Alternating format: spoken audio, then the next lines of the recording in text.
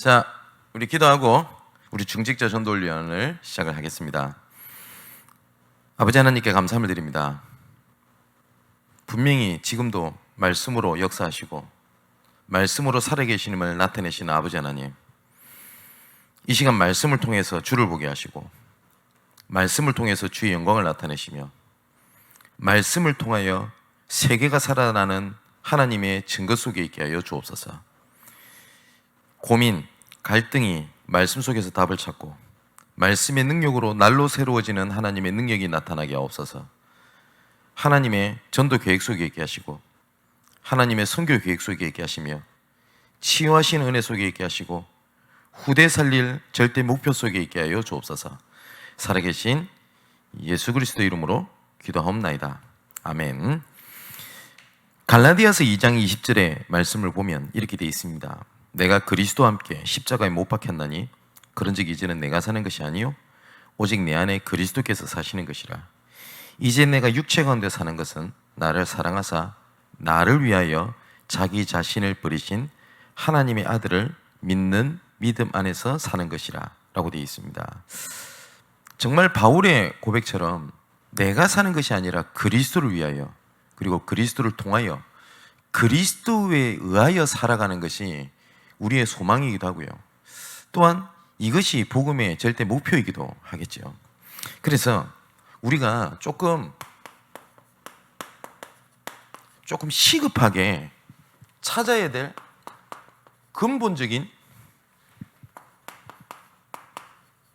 정복해야 될 내용을 좀 찾고 우리가 응답으로 좀 찾아야 되겠습니다.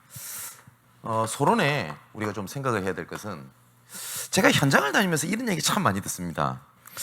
불신자든 믿는 사람이든 이런 얘기를 참 많이 해요. 문제가 없었으면 좋겠다. 나는 문제가 많다. 이 말을 진짜 많이 듣습니다. 예, 충분히 이해가 되고 그렇죠. 세상에 어떤 사람이 문제 가운데 있고 싶은 사람이 어디 있겠습니까? 어떤 철학자인지는 모르겠습니다만은 인간의 삶의 연속은 문제의 연속이다라고 얘기하는 사람들도 제가 봤습니다. 그런데 중요한 거는 문제가 있으면 복음이 아니고 문제가 없으면 복음이다, 그건 아니죠. 그죠? 그렇다면 복음 가진 사람은 문제가 없다라는 말이 틀린 말이죠.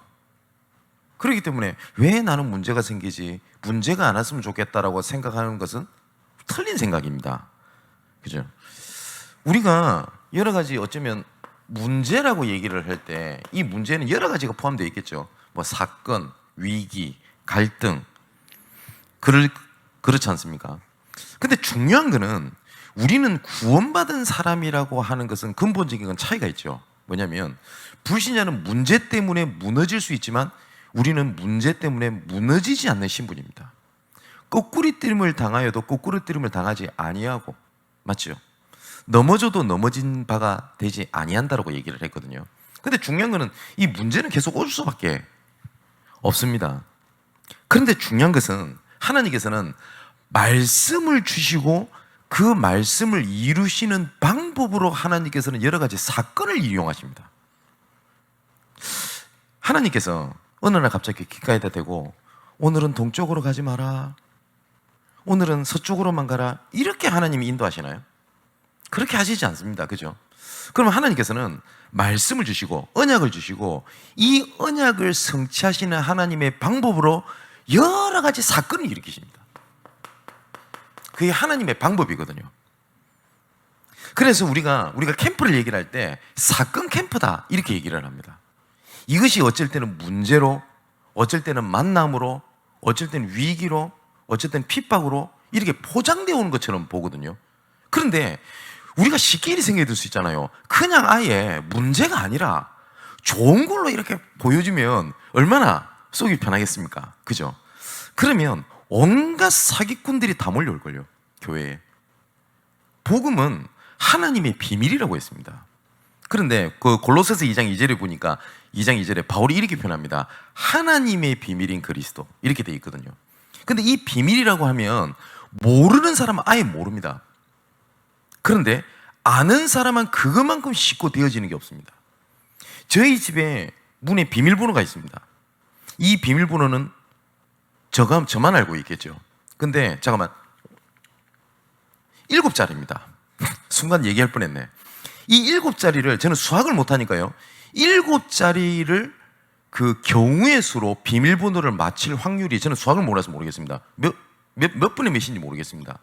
근데 거의 불가능이라도 보거든요. 근데 저는 눈 감고도 누르고요. 자다가 일어나도 물어봐도 얘기합니다. 제가 집에 못 들어간 경우는 없거든요. 근데 만약 도둑놈이 뭐 훔쳐갈 건 없습니다만은 훔쳐가려고 이 비밀번호를 풀려면 그게 절대 불가능해요. 이 복음을 하나님의 비밀 이렇게 표현했다니까요, 바울은. 그죠? 그렇다면 우리가 문제 사건이 있다, 없다, 이게 중요한 게 아닙니다. 어떤 분들은 나는 어려움이 많다 이렇게 얘기를 합니다. 근데 어려움이 없으면 좋겠지요. 우리가 하나님의 자녀가 좀 어려움을 좀 당하고 어떨 때는 좀 낙심도 하고 절망도 하고 조금 넘어질 수도 있고 그럴 수 있습니다. 뭐 내가 좀 넘어졌다고 어려움 좀 당했다고 나는 복음이 아니고, 물론 완전 복음이 아니라서 그럴 수 있다고 설명할 수 있겠지만 그럴 수 있어요. 중요한 거는 어려움이 올 수 있는데 그 어려움에 내가 잡히냐 아니면 그 가운데 하나님을 바라보고 있냐, 그 차이입니다.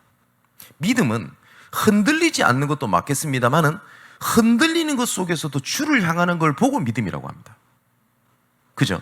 하나님께서는 아무런 내가 흔들리고 넘어지고 좌절하고 낙심하고 막 어쩔 때는 막 넘어져 있고 힘 빠져 있고 이러면서도 주를 바라보는 것을 믿음으로 보시지, 하나님께서는 흔들리지 마, 완전해, 하나님께서 우리에게 완전함을 요구하시는 것이 아니거든요. 자, 중요한 건 뭐냐면 이런 문제 사건이 왔을 때 우리가 구별된 거는, 불신자는 여기에 묶임과 무너짐과 어쩌면 인생이 끝날 수도 있겠습니다만은 우리에게는 뭐가 있냐면 하나님이 계획이 있는 게 확실하거든요. 그럼 이렇게 생각할 수 있을 겁니다. 저는 문제, 사건, 어려운 가운데 하나님의 계획이 안 보입니다 라고 얘기를 합니다. 우리가 봤다 안 봤다가 또 기준이 아닙니다. 뭐냐면 하나님의 계획에 우리 눈이 가 있냐 안 가느냐가 기준이지 보였다 안 보였다가 기준이 아니에요. 자, 그러면 성경 인물들 한번 봅시다. 요셉입니다. 이 요셉이 어려움을 가지게 됩니다. 자, 우리는 성경을 아니까요. 요셉이 언약을 붙잡았는데 형들이 더 난리를 핍니다. 그죠? 죽이려고 합니다. 노예로 팔려갑니다. 감옥을 가게 됩니다. 계속 어려움이 왔어요. 이거 어려움을 누가 허락하신 거죠? 이거를 어느 관점에 보느냐에 따라서 해석 달리할 수 있어요. 요셉 관점으로 얘기해 볼까요? 왜 입을 털어가지고 알아듣도 못하는 사람한테 그죠? 왜 지가 지 무덤 팝니까? 그렇게 얘기할 수 있어요. 그렇지 않습니까? 어쩌면 요셉이 융통성이 없었던 거 아닙니까? 그런데 성경에는 그렇게 되어 있지 않습니다. 하나님께서 요셉을 이끌어 가시는 하나님의 방법이었어요. 그죠? 근데 요셉은 어려움을 당했는데 아무런 문제가 없었다. 성경에는 그렇게 돼 있지, 그렇게 설명하고 있지 않습니다. 창세기 39장 2절에 여호와께서 요셉과 함께 하셨으며 요셉이 형통했다고 돼 있지, 요셉이 문제 없었다라고 얘기하고 있지 않죠. 그죠? 근데 요셉은 뭘 봤냐면 하나님의 계획을 봤습니다. 창세기 45장 5절에 여호와께서 나를 먼저 애굽에 부르신 거다라고 봤어요. 자, 또 몇 사람만 봅시다. 모세입니다. 아닌 말로 모세는 애굽에 가고 싶지 않았습니다. 자기 선택권이 없었어요. 그죠? 우리 렘넌트들 잘 생각해 보십시오. 내가 그 가정에 태어나고 싶어서 선택한 사람이 있습니까? 없어요. 내가 그 지역에 살고 싶었나요? 아닙니다. 선택을 할 수 있는 사람 아무도 없었습니다. 모세도 마찬가지입니다. 어쩌면 모세 잘못도 아닙니다. 근데 만일에 우리 렘넌트들이 내가 왜 그 가정에서 태어났고, 내가 왜 이 학교를 다녀야 되며, 내가 왜 이 지역에 살아야 되고, 이렇게 있는 것이 현실을 본 건 맞습니다만 그렇게 본다면 인생이 꼬여버립니다. 무슨 말이죠? 인생이 이상하게 돼버린다니까요. 그런데 모세가 어느 날입니다. 어느 날 하나님의 은혜를 받게 돼요. 그래서 뭘 하게 되죠? 아, 하나님께서 이스라엘 백성을 구원하시기 위하여 하나님께서 나를 부르셨구나, 따로 택하셨다는 것을 알게 됩니다.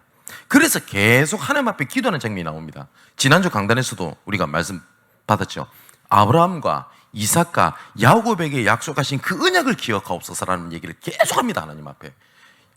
그러면 모세가 뭘 봤다는 거죠? 언약의 여정을 본 거예요. 어려움을 봤던 것이 아니라. 그러면 모세가 어려움 안 당했습니까? 당했다니까요. 자, 뿐만 아닙니다. 다윗입니다. 다윗이 하나님을 선택한 게 아닙니다. 여호와께서 양의 우리 속에 다윗을 선택했고, 맞죠? 기르고 가르치셨습니다. 시편 78편 70절 72절. 자, 그러면 다윗에게 어려움이 없었나요? 있었습니다. 제가 한 번은 그런 농담 한 번 안 했습니까? 제가 지역장으로 우리 동기회 지역장으로 돌아가면서 하니까 됐었을 때 우리 동기 중에 한 분이 목사님이 늦게 결혼을 하셨어요. 그러니까 막 다른 애들은 다, 우리 동기들은 다 나이가 자녀들이 많은데 이 목사님 자녀만 이제 돌이에요. 그래서 돌잔치한다고 해서 가서 나보고 축사를 하나네. 그래서 이름이 뭐냐라고 보니까 자녀가 다윗이래요. 그래서 제가 축사를 이렇게 했습니다. 우리 렘넌트 다윗을 위해서 진짜 기도해 주셔야 된다고. 형들한테 미움받을 거고, 쫓겨다닐 거고, 결혼했는데 장인어른이 죽이려고 할 거고, 좀 살만하니까 아들이 죽이려 해서 또 도망갈 거고, 계속 도망다녀야 되는데 진짜 기도 많이 해주십시오. 그러니까 다 웃어요. 그리고 난 다음에, 끝나고 난 다음에 저한테 농담으로 그러는 겁니다.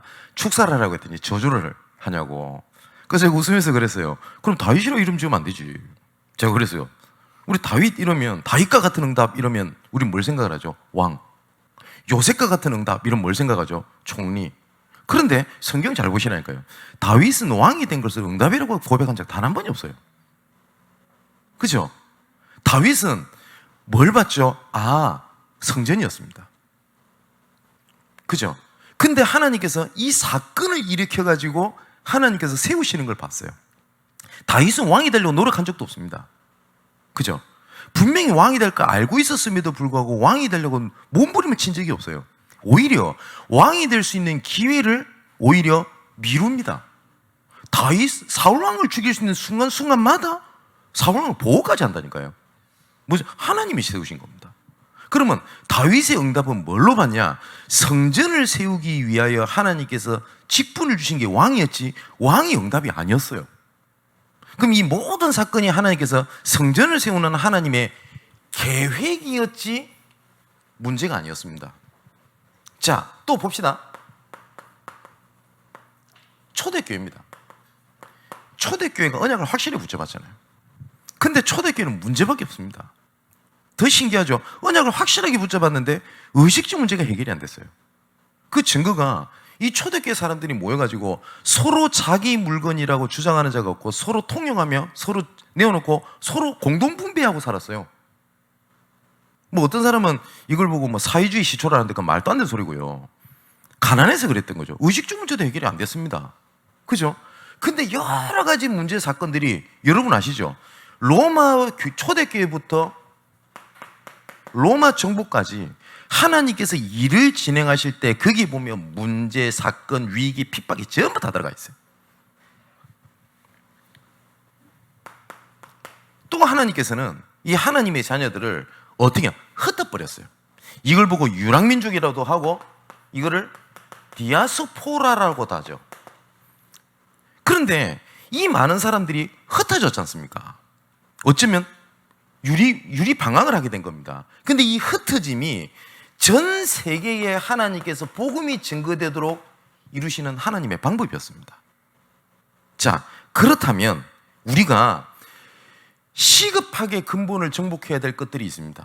뭐냐면 문제, 사건 이런 것 속에서 뭘 우리가 계속 찾아야 되냐면 하나님의 계획이 무엇인가가 중요한 거지, 이 문제가 해결이 됐다, 응답이 됐다, 해결이 됐다가 답이 아닙니다. 그렇겠죠? 자, 그렇다면 제일 중요한 근본적으로 정복해야 될 것이 뭐냐면 우리 인생입니다. 쉽게 말하면 이게 나라고 하는 거거든요.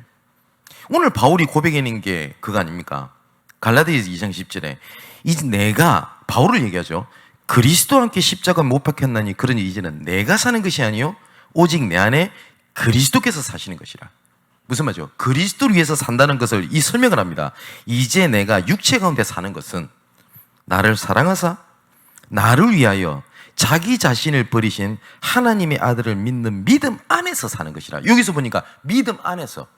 그러면 사는 모든 것들이 복음에 의하여, 복음을 위하여, 복음을 통하여 살았다는 얘기거든요. 어쩌면 이것이 우리의, 하나님께서 우리에게 주신 당연한 겁니다. 제가 이런 표현 많이 하잖아요. 왜 사람이 예수 믿어야 되냐 할 때 문제 해결을 위해서, 가정 문제 때문에 여러 가지로 설명할 수 있겠지만 딱 한 단어로 설명할 수 있습니다. 이거는 당연성입니다. 왜냐? 하나님 우리의 창조주이십니다. 그죠? 더 쉽게 말하면 신앙생활을 왜 합니까? 문제 해결 때문에요? 행복해지려고요? 어떤 사람은 그러지 않습니까? 왜 교회 가냐? 평안함을 누리기 위해서. 다 맞습니다만 근본은 뭐냐? 당연한 겁니다. 그죠? 왜냐? 하나님이 우리 창조주이십니다. 그리고 그분을 통하여 우리가 시작이 되었고, 그분을 통한 과정, 그분께서 마지막 날을 주시는 그 결과도 하나님 손에 다 있습니다. 그럼 당연한 거 아닙니까? 그죠? 자, 그런데 하나님과 함께 있어야 될 이 당연한 인생이 사도전이 가져다 주는 12가지 문제 속에 빠지게 된 겁니다. 이 문제는 내가 잘못해서 오게 된 문제도 아닙니다. 분명히 사단이 개입을 한 겁니다. 그죠? 그래서 내가 해결할 수도 없습니다. 창세기 3장 그때 아담과 하와가 저지른 문제지 내가 저지른 거 아니잖아요. 아닌 말로. 어떻게 해결합니까? 그래서 근데 하나님께서는 이 12가지 문제를 해결해라고 말씀을 안 하시고 거기서 빠져나오라고 말씀을 하셨어요. 자, 이 말 잘 들으셔야 돼요. 하나님께서는 12가지 문제를 해결하라고 안 하시고 어떻게 하셨냐? 빠져나오라고 말씀을 하셨어요. 해결하라고 했다면 우리가 뭘 해야 돼요? 빠져나오라고 얘기를 했는데 이 빠져나오는 하나님의 방법이 창세기 3장 15절에 여자의 후손이 뱀의 머리를 상하게 할 것이다. 노예에 빠졌잖아요. 노예 문제를 해결하라고 했으면 우리가 해야 돼요. 빠져나오라고 얘기를 했어요. 빠져나오는 하나님의 방법이 출애굽기 3장 18절입니다. 그죠? 포로에 빠졌습니다. 포로 문제를 해결하라고 해서 뭘 했어야 돼요? 근데 빠져나오라고 했습니다. 그 하나님의 방법이 이사야 7장 14절입니다. 로마 속국에 빠졌잖아요. 해결하라고 하면 우리가 해야 되겠습니다만은 마태복음 16장 16절에 주는 그리스도시요 살아계신 하나님의 아들이십니다. 이 고백하는 자에게 빠져나올 수 있도록 하나님의 은혜를 주신 겁니다. 그러면 하나님께서 내 인생에 시급하게 근본을 찾아야 될 것의 근본이 뭐냐면 문제 해결이 아니라 문제에서 빠져나오는 하나님의 답을 찾는 게 우리 시급한 것 중에 시급한 겁니다. 혹시 이렇게 생각하고 있지 않습니까? 저도 그렇게 생각을 했거든요. 왜 복음을 알고 있는데 잘 안 되지? 저 진짜 그 생각 많이 했었습니다. 그런데 정말 틀린 생각이잖아요. 복음을 아는데 문제에서 빠져 못 나왔다고 하는 것은 그리스도의 완전성을 내가 부인하고 있는 거 아닙니까? 그죠? 하나님이 살아계신 것이 맞고 그리스도께서 십자가에서 못 박히시면서 모든 문제를 해결하시고 다 이루었다 하셨던 분이 나의 주 나의 하나님, 전능하신 하나님이 맞다면 문제 해결을 얘기하는 것이 아니라 내가 해결해야 되는 것이 아니라 그러면 문제에서 빠져나오는 하나님의 오직이 있습니다. 그 이름이 바로 그리스도 아닙니까? 그죠? 그래서 예수님께서 드디어 오셔서 질문하신 겁니다. 마태복음 16장 13절에서 20절에 보니까 너희가 나를 누구라 하냐? 이거였습니다. 이때 분명히 수많은 사람들이 예수 그리스도를 쫓아다녔습니다. 그래서 묻습니다. 사람들이 나를 누구라 하냐? 나를 믿고 나에게 영광 돌린다고 하는데 진짜 나를 누구라 하냐?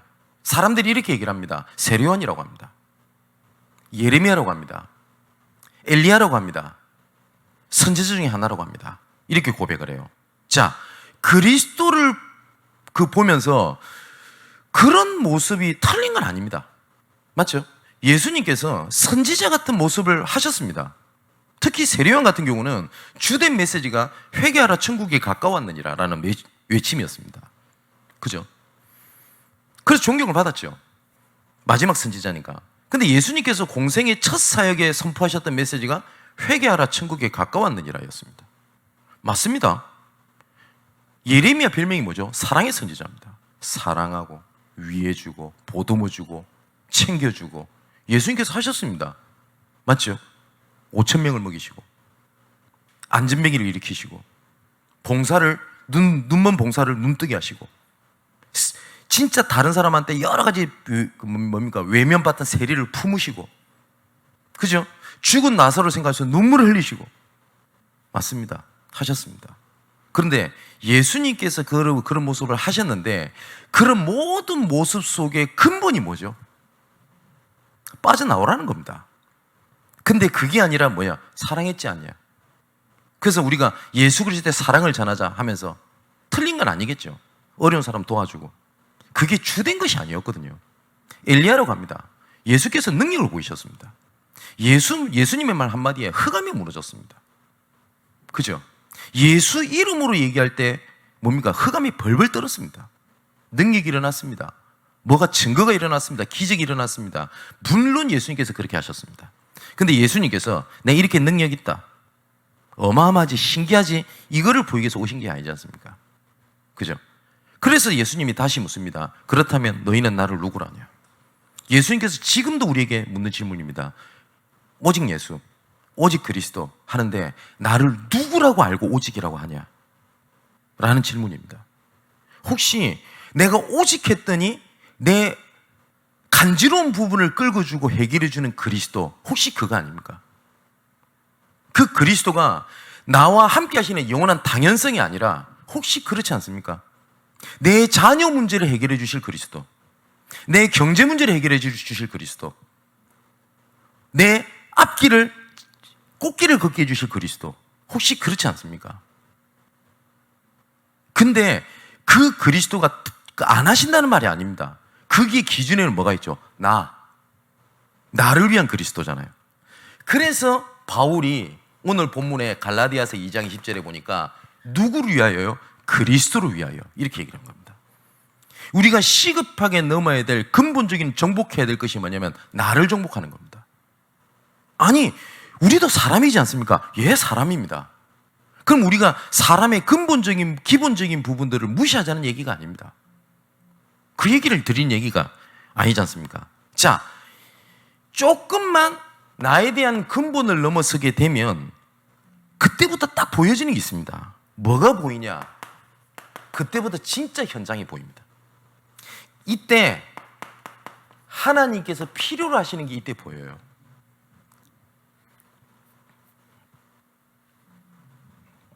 자, 성경을 보십시오. 나라고 하는 것을 넘어서서 하나님 계획 속에 있었던 자들을 통해서 하나님께서 문을 여신 걸 한번 잘 보십시오. 사도행전 1장 3절에 예수께서 부활하셨습니다. 이때 감난산에서 하나님의 나라의 일을 말씀하셨다 라고 되어 있거든요. 이때는 모이면 죽습니다. 그죠? 가장 어려울 때 사도행전 1장 8절에 세계 살릴 하나님의 계획을 현장을 말씀하셨습니다. 저는 이 부분을 생각하면서 이런 생각이 참 많이 듭니다. 이 말을 얼마만큼 구체적으로 사실적으로 붙잡았을까? 이 사람들이. 저는 이 사람들이 확실하게 구체적으로 사실적으로 붙잡았던 사람이 모르겠습니다. 저는 없었을 거라고 봅니다. 여러분 한번 생각해 봅시다. 세계복음화라고 얘기를 할 때 여러분 세계복음화가 안 믿어진다가 아니라 그게 피부로 와닿나요? 아마 이 말씀을 듣는 분 중에서 한 번도 해외를 못 나가보신 분도 있을 건데요. 그죠? 그럼 당장 북한 복음화라고 얘기를 하면 우리 민족이니까 이게 피부로 와닿습니까? 저도 피부로 안 와닿을 때가 굉장히 많습니다. 그런데 이 사람들이 여기서 중요하거든요. 이 사람들이 이때 내가 확실하게 안다 보인다가 아니라 하나님의 말씀이니까 붙잡았던 거거든요. 근데 신기하죠? 사도행전 1장 8절에 예루살렘과 온 유대와 사마리아와 땅끝까지 이르러 내 증인이 되리라 하시리라. 이 말씀대로 사도행전에 보면 그 시간표대로 하나님께서 일을 이끌어 가십니다. 뭘 통해서요? 문제. 그러니까 이걸 아는 사람은 이건 하나님께서 문을 여신 하나님 계획이구나, 그겁니다. 아마 우리 성도분 중에서 말씀 붙잡고 계시는 분 중에서 이거 기억하시는 분 계실 겁니다. 올 한 해 정복의 실현이라고 하는 언약을 붙잡을 때 정말 붙잡게 되면 문제가 반드시 오게 된다라고 말씀을 주셨던 거 기억하실 겁니다. 그죠? 왜냐하면 그럼 응답 받으면 어려움 온단 말입니까? 이 말이 아니죠. 진짜 잡으면 실현을 위해서 하나님께서 사건을 일으키신다니까요. 그럼 중요한 것은 이 사건을 문제로 보고 넘어짐의 기회로 보냐, 아니면 거기에 하나님의 계획을 보냐는 겁니다. 조금만 내가 아니구나, 이거는 끝난 거구나, 그죠? 쉽게 말하면 데오빌로요 내가 먼저 쓴 글에는 그리스도께서 다 끝내셨구나. 그러면 이건 내 일이 아니라 하나님의 나라 일. 자, 이걸 붙잡았더니 하나님께서 일을 진행하는 거 보십시오. 사도행전 2장 1절에 47절을 보니까 하나님께서 문을 여시고 하나님께서 역사하시고 하십니다. 이때 중요한 단어가 있죠. 15개국 문. 평소에 보이지 않던 것들이 그때부터 뭐가 보이게 됩니까? 하나님의 역사구나, 이리 보여요. 생각해 보십시오. 이때 로마가 예수 믿는 인간들은 잡아 죽여라라고 하는데 수많은 유대인들이 무서웠을 겁니다. 근데 15개국이라고 하는 이 사람들은 그 상황을 알면서도 흩어져 있는 디아스포라의 유대인들이 모였다는 말은 나름 생명 걸고 중심 있는 사람들이었다는 거예요. 이 사람들을 통해서 하나님께서는 문을 이렇게 쭉 열어가십니다. 이 현장 아닙니까? 그죠? 근데 이 현장이라고 하는 것이 보십시오. 나를 넘어서게 되니 요때 있었던 이스라엘의 현장들은요, 멀리 있었고 새로운 걸 했던 것이 아니었습니다. 오순절날 하나님이 주신 절기죠. 그죠? 우리가 세절기 지금 말씀 많이 들으니까 이 절기니까 당연히 모여야 될 거 아닙니까? 절기를 지키는 사람들. 유대인들은 당연한 겁니다. 그 당연한 것 속에 하나님의 필연이 딱 보이는 거예요. 이거 하나님께서 예비해 두신 거구나. 어떻게 이런 일이 있을 수 있습니까? 조금만 내가 문제라고 생각을 넘어서서 내 삶에 하나님의 계획을 보니 이건 하나님이 예비해 놓은 거예요. 제가 저번에 한번 말씀 안 드렸습니까? 제가 아는 장로님 한 분 계십니다. 이분이 정말 중심이 괜찮은 분이에요. 완전했다가 아니라 정말 중심이 괜찮은 분이에요. 근데 희한하죠? 요셉과 똑같아요. 언약을 잡았더니 문제만 이루어지는 겁니다. 그래서 이분이 결국은 사업체가 쫄딱 망해버려요. 막 사기도 당하고. 참 안타깝죠. 그래서 이분이 어쩔 수 없이 도망을 간 겁니다. 왜냐, 가만히 있으면 자기가 어려움을 당하니까. 그래서 저쪽에 어디입니까? 서해안 쪽에 어떤 공장에서 숨어서 일을 하면서 지내게 된 거예요. 어떨까요? 사람이 어느 정도 살던 위치가 있는데 돈 잘 벌고 오너였던 이분이 3D 업종에 아무도 가지 않는 곳에 아무도 가지 않으니까 누구를 쓰죠? 불법 체류자 외국인을 쓰죠. 그 사람들이랑 먹고 자고 일을 하는 겁니다. 진짜 애들 말로 현타가 오더래요. 난 누군가, 여긴 어딘가. 죽고 싶은 생각도 들더랍니다. 하나님도 원망이 되더래요. 하나님이 살아계시다면. 아닌 말로요. 내가 막 하나님 없다, 막 하나님이고 나발이고 뭐고 막 그냥 막 내가 살고 싶은 대로 살란다. 이래서 망해버리면 내가 하나님께로 돌아가야 되겠다. 이런 식으로 얘기 생각이라도 들 거 아니에요. 근데 자기는 언약을 잡았는데 원망이 되더랍니다. 그러는 어느 날입니다. 그러던 어느 날 하나님께서 보게 하신 게 이거였어요. 주변에 외국인들이 보이는 거예요. 그때 번쩍 드는 생각이 그렇게 말로만 들었던 세계가 내 옆에 있구나 라는 걸 보게 됐대요. 아차 싶더랍니다. 이게 와 있는 현장, 이게 TCK 다민족 현장이구나. 그래서 이 외국인들이 오랫동안 한국에 불법 체류를 해놓으니까 한국말을 잘해요. 통역도 필요 없어. 이분한테 복음을 전합니다. 그랬더니 이 외국인들이 은혜도 받고 위로도 받고, 그랬더니 합숙이 아닌 합숙을 하게 됩니다.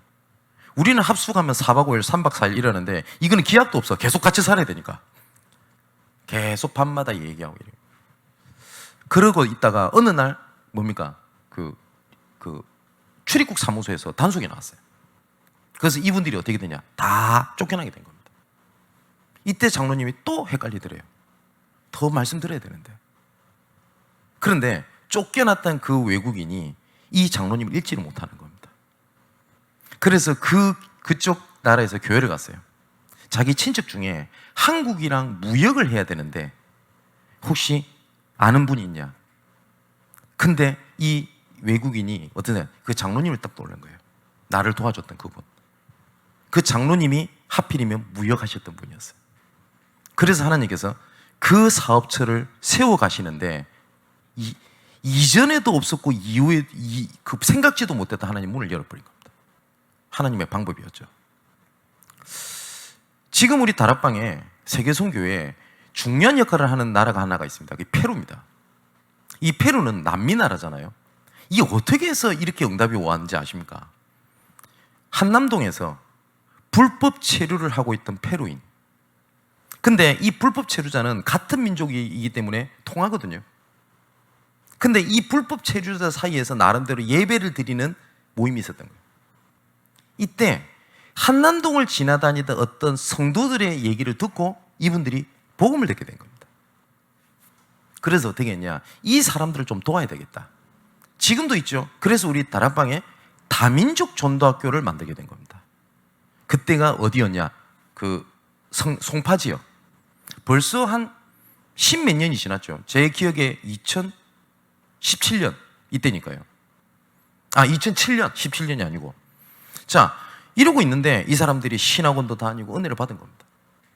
임마누엘 설교서도 돕고, 그때 당시에 이문식 목사님이라는 분이 산돌 선교교회 담임 목사님, 그분이 돕고, 그래서 본부에서는 이분들 실제로 전도를 도와야 되니까 처음에 강사로 2명이 지정이 됐었는데 그때 강상모 목사님이랑 저가 지명이 됐어요. 그래서 이분들이랑 한남동을 계속 가고, 감사한 일이죠. 근데 문제가 생겼습니다. 어떻게 생겼냐? 이분들이 출입국 사무소 직원한테 잡혀서 추방을 당하게 됐어요. 좀 되게 안타까웠어요. 근데 신기하죠. 그때 은혜 받았던 한 여자 청년이 페루에 가가지고 복음을 전하게 된 겁니다. 그런데 우리가 사도행전에 보면 막 안진뱅 이런 일들이죠. 이런 일들에서 페루에서 일어나기 시작을 하네. 한국에서 그 소식을 듣게 된 겁니다. 이게 복음이 전달이 돼가지고 페루의 대통령의 주치의, 의학 박사죠. 이분이 복음을 듣게 된 겁니다. 그래서 우리 한국에 연결돼서 이분이 은혜를 받고 그 페루에 있는 프로 구단의 구단주거든요. 이 구단한테 복음이 전해지게 된대요. 여러분, 남미 축구의 훌리건들이 얼마나 무서운지 아시죠? 얘들은 축구는 생명 걸지 않습니까? 그 프로구단 생각이 안 나는데, 그 프로구단 지금 어떤지 모르겠습니다. 그때 당시에 그 구단 서포터들이 편수박이 뭐가 있냐, 지저스 이스 크라이스트 이래놓고 막 응원하고 난리가 났어요. 그래서 우리가 그 나라에 훌리오 목사님을 파송하게 된 겁니다. 지금까지 전달되어 있어요. 어쩌면 위기, 사건 이런 것들이 뭡니까? 하나님의 현장에 오는 하나님의 필연성. 자, 그렇다면 보십시오. 내가 문제로 보냐? 아니면 내 눈이 어디가 있냐? 이게 내가 응답을 찾냐 못 찾냐가 결정이 됩니다. 이래놓고 하나님께서는 뭘 원하시는 거냐? 시대의 문제를 해결할 하나님의 절대 계획을 움직이십니다. 자, 보십시오. 가장 큰 환란이 왔어요. 어쩌면 초대교회가 어쩌면 끝났다라고 할 만한 문제가 옵니다. 어떻게 문제가 오죠? 중직자를 세웠는데 이 중직자가 돌 맞아 죽고요. 완전히 와해돼 버렸습니다, 교회가. 그럼 어떻게 될까요? 그런데 사도행전 11장 19절에 이렇게 써 있습니다. 스데반의 환란으로 인하여 흩어진 자들이, 이렇게 되어 있습니다. 30절까지 나오죠. 이게 어느 교회죠? 안디옥 교회입니다. 성경이 그렇게 되어 있습니다. 스데반의 환난으로 인하여. 다른 사람이 봤을 땐 환난, 맞죠? 사람의 눈으로 봤을 때. 하나님의 눈으로 봤을 때 뭡니까? 하나님의 절대. 그러면 우리의 눈이 환난으로 가 있냐? 하나님의 절대로 가 있냐는 겁니다. 자, 이 응답이 어떻게 되게 되죠? 사도행전 13장 1절에 세계 최초로 선교사를 파송을 하게 됩니다.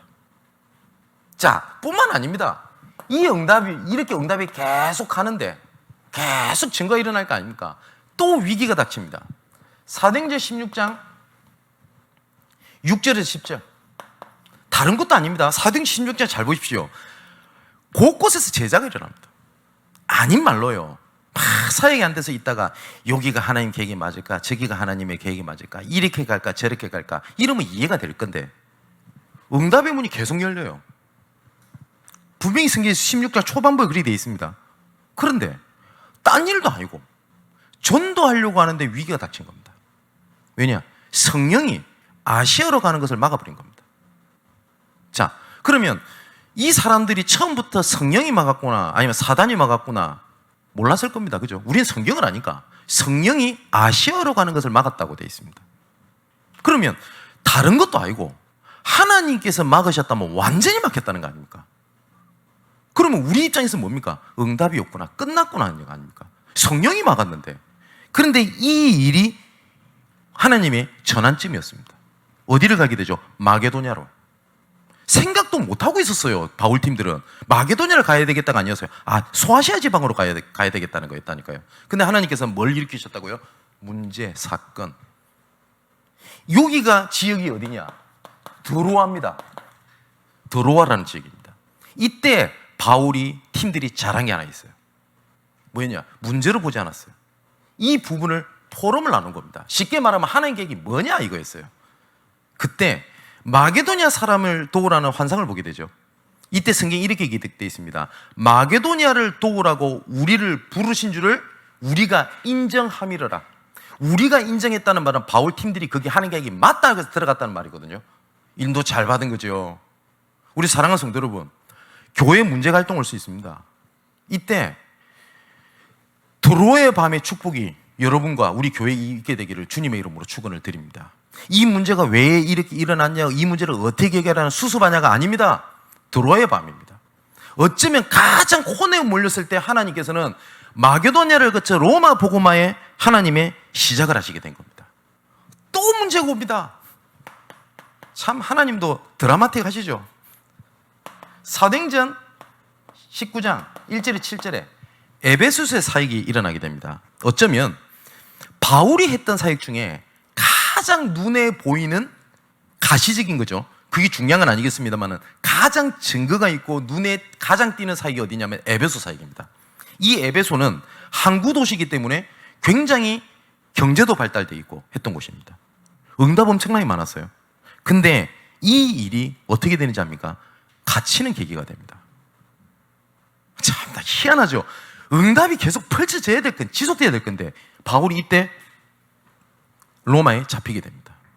이것이 뭘 보는 기회죠? 내가 로마도 봐야 하리라. 이거였습니다. 하나님께서는 이렇게 완벽하십니다.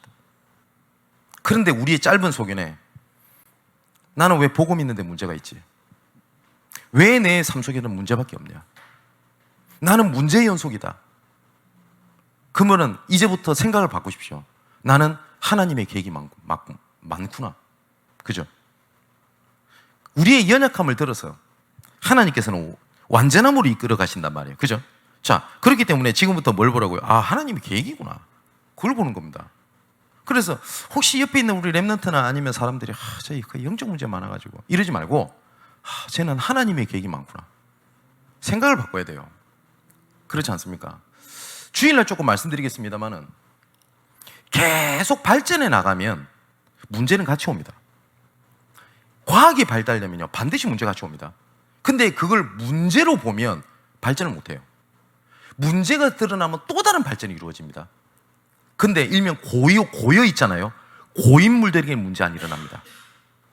왜냐? 여기가 좋사오니. 그죠?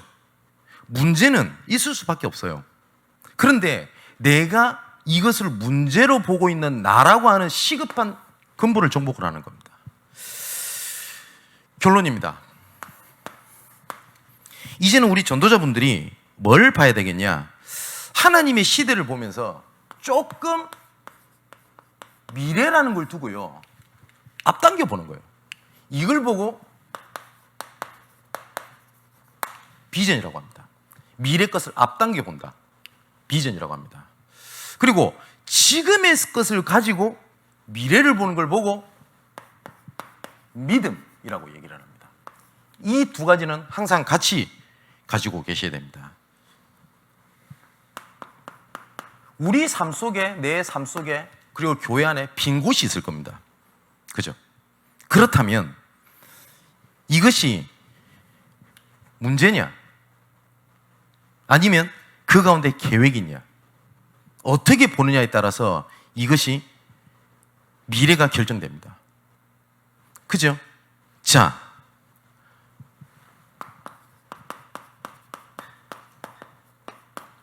버려진 곳,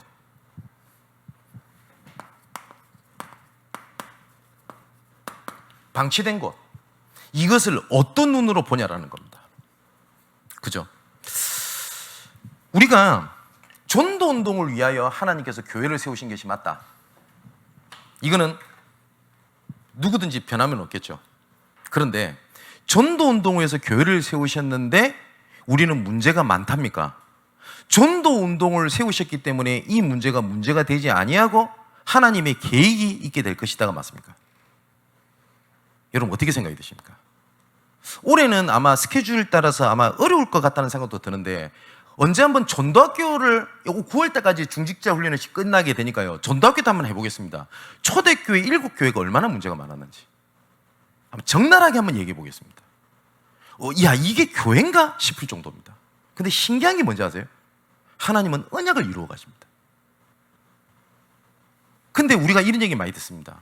문제가 많고 먹었고 복음 가졌는데 이력이 많고, 아니면 교회를 얘기를 하거나 내 스스로를 얘기하거나 아니면 가정을 얘기하거나 옆에 사람을 얘기를 할 때. 근데 하나님께서는 이런 것들을 통해서 하나님께서 이루어 가시거든요. 그래서 내년에 확실히 찾아내서 응답을 받게 될 겁니다. 뭐냐?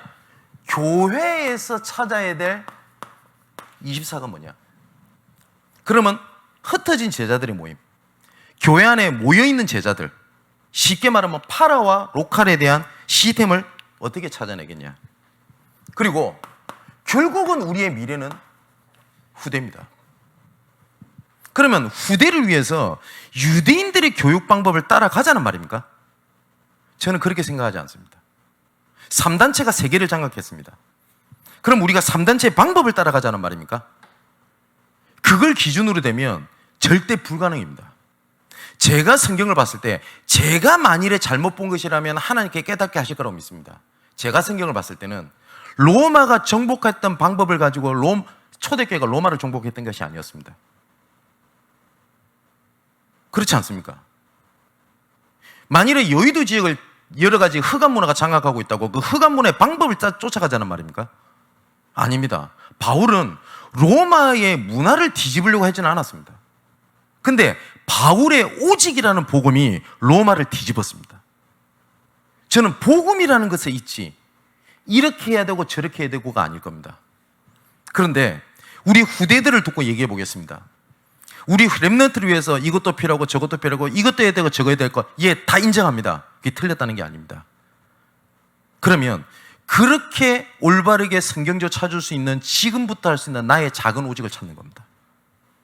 내년에 정복의 시스템이라는 걸 두고 조금 현장 사역도 저 새롭게 하겠습니다. 많이 뛰겠다, 열심히 하겠다는 게 조금 새롭게 하겠습니다. 어떻게 말입니까? 기대해 주십시오.